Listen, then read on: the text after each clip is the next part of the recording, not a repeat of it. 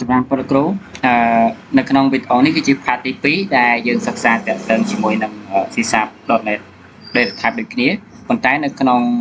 វីដេអូនេះយើងសិក្សាទាក់ទងទៅនឹងការប្រើប្រាស់ Data Type Color ដើម្បីយកមកចាប់តម្លៃ color មានដូចជា text color background color ក៏ដូចជាយើងកំណត់លក្ខខណ្ឌទៅឲ្យទៅលើ console ពេលដែល user គាត់ចុចទៅលើ click enter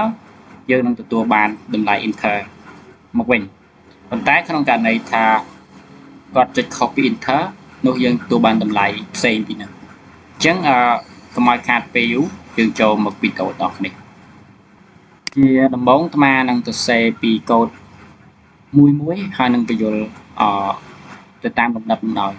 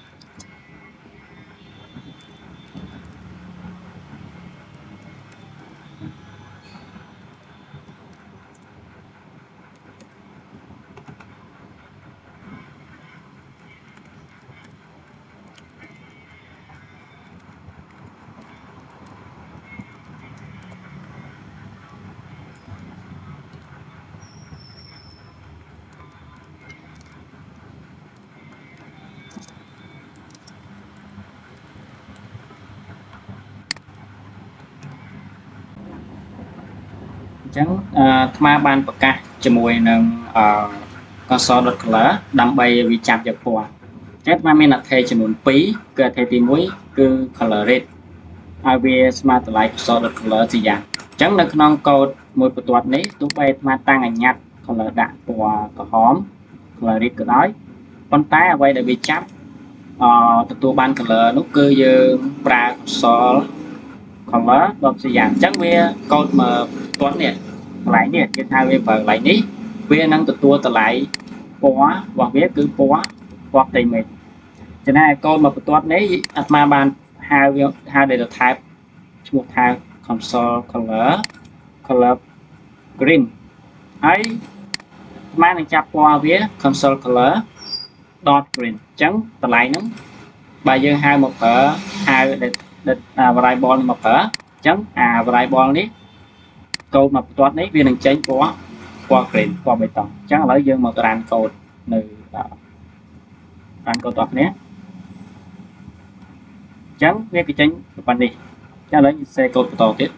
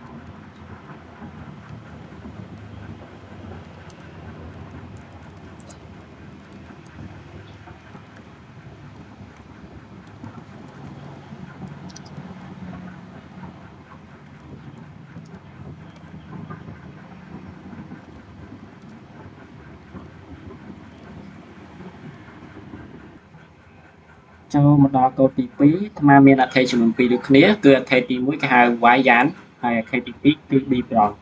ហើយអាត្មាឲ្យតម្លៃពណ៌វាស្មើ c យ៉ាងពណ៌ផ្ទៃមេឃហើយខាងក្រោម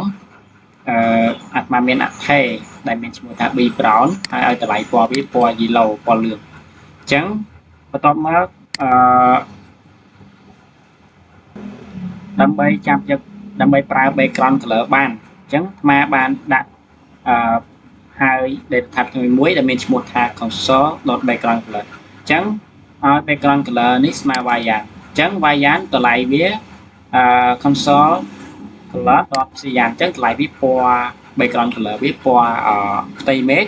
ហើយចំណែកឯភេទអក្សរមានន័យថា foreground color ហ្នឹងគឺសំដៅទៅលើ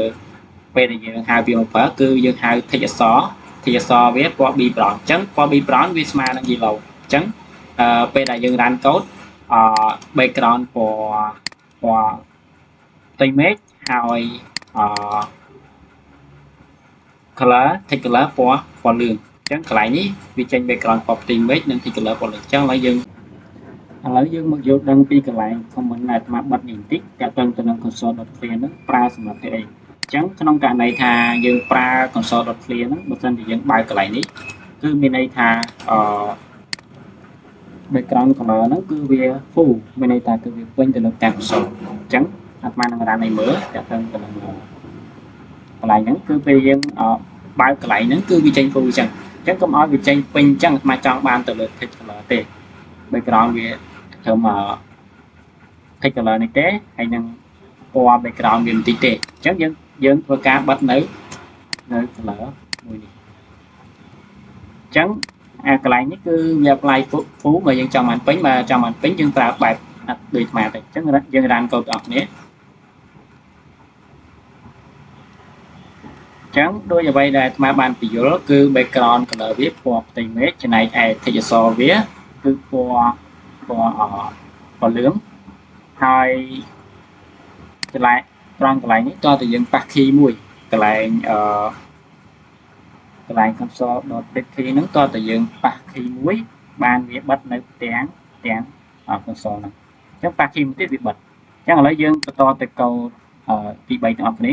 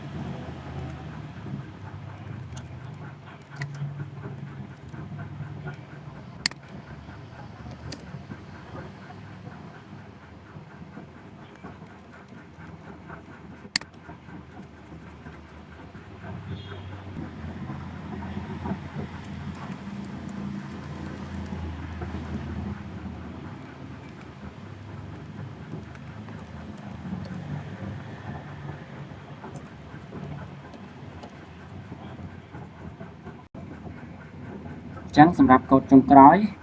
ផ្នែកទី3គឺជាកូដចុងក្រោយដែលយើងរៀនចាប់យក key ពី keyboard ពេលដែលកូដដើរមកដល់ console delete key នេះconsole delete key មួយនេះវានឹងផ្អាកសិនដើម្បីរកចាំទទួល key ណាមួយនៅលើ keyboard key ណាក៏បានដែរពេលដែលយើងចុចហើយដល់ពេលយើងចុចភ្លាមវានឹងយក key នោះទៅរក្សាទុកនៅក្នុងdata tab ដែលមានឈ្មោះថា key info នេះ key info នេះអញ្ចឹងបន្ទាប់ពីយើងបានរក្សាទុកហើយតើតើយើងប៉ះលើ key ណាមួយអញ្ចឹងវានឹងបង្ហាញនៅkey នោះមកវិញមួយវិញទៀតconsole.read key smart true នេះតែមានពីថា true នៅពីមុខនៅខាងក្នុងវានឹងចាប់យកការចុចរបស់យើងនេះគ្នាប៉ុន្តែវានឹងមិនបង្ហាញ key ដែលយើងចុចនៅលើអេក្រង់ឡើយកន្លែងហ្នឹងចំណែកឯកូដចុងក្រោយគឺអាត្មាប្រើលក្ខខណ្ឌមួយដែលឲ្យតម្លៃ key.key នេះវាស្មើនឹង console key int.enter អញ្ចឹងក្នុងករណីហ្នឹងបើសិនជាគេចុច key ផ្សេងគឺវានឹងចេញតម្លៃ key ផ្សេងប៉ុន្តែបើសិនជាចង់ឲ្យកូដមួយនេះវាដើរយើងប្រើជាមួយនឹងkey enterនៅលើ keyboard របស់យើងចុច enter ទៅវានឹងចេញ result you press enter ប៉ុន្តែក្នុងករណីថាបើសិនជាយើងអត់ចុច key enter ទេចុច key shift key អក្សរអីផ្សេងនៅលើ keyboard របស់យើងវានឹងចេញ key ផ្សេងនោះអញ្ចឹងឥឡូវយើងមកធ្វើការ run code ទាំងអស់គ្នាអញ្ចឹងវានឹងចេញប៉ុណ្នេះអញ្ចឹងអាត្មាប៉ះជាមួយនឹង key ផ្សេងសិនអាត្មាប៉ះជាមួយ key A វានឹងចេញតម្លៃ A key B ចេញតម្លៃ B key shift វាអត់ចេញទេ key A អញ្ចឹងបើយើងចង់ឲ្យតម្លៃនឹងវាពិតយើងចុច key enter គឺវាស្មើពាក្យថា you press enter អញ្ចឹងតម្លៃលក្ខខណ្ឌហ្នឹងគឺវាពិតបើលក្ខខណ្ឌអត់ពិតទេវាចេញតម្លៃផ្សេងទេយើងប៉ះ key មួយបន្ទាប់មកយើងបញ្ចប់នៅ console របស់យើងគ្រាន់ចុច key មួយទៀតមកអញ្ចឹងនេះគឺជាវីដេអូ part 2ហើយចុងក្រោយអាត្មាសូមអរគុណដល់លោកគ្រូអាត្មាសូមបញ្ចប់វីដេអូត្រឹមនេះសូមអរគុណ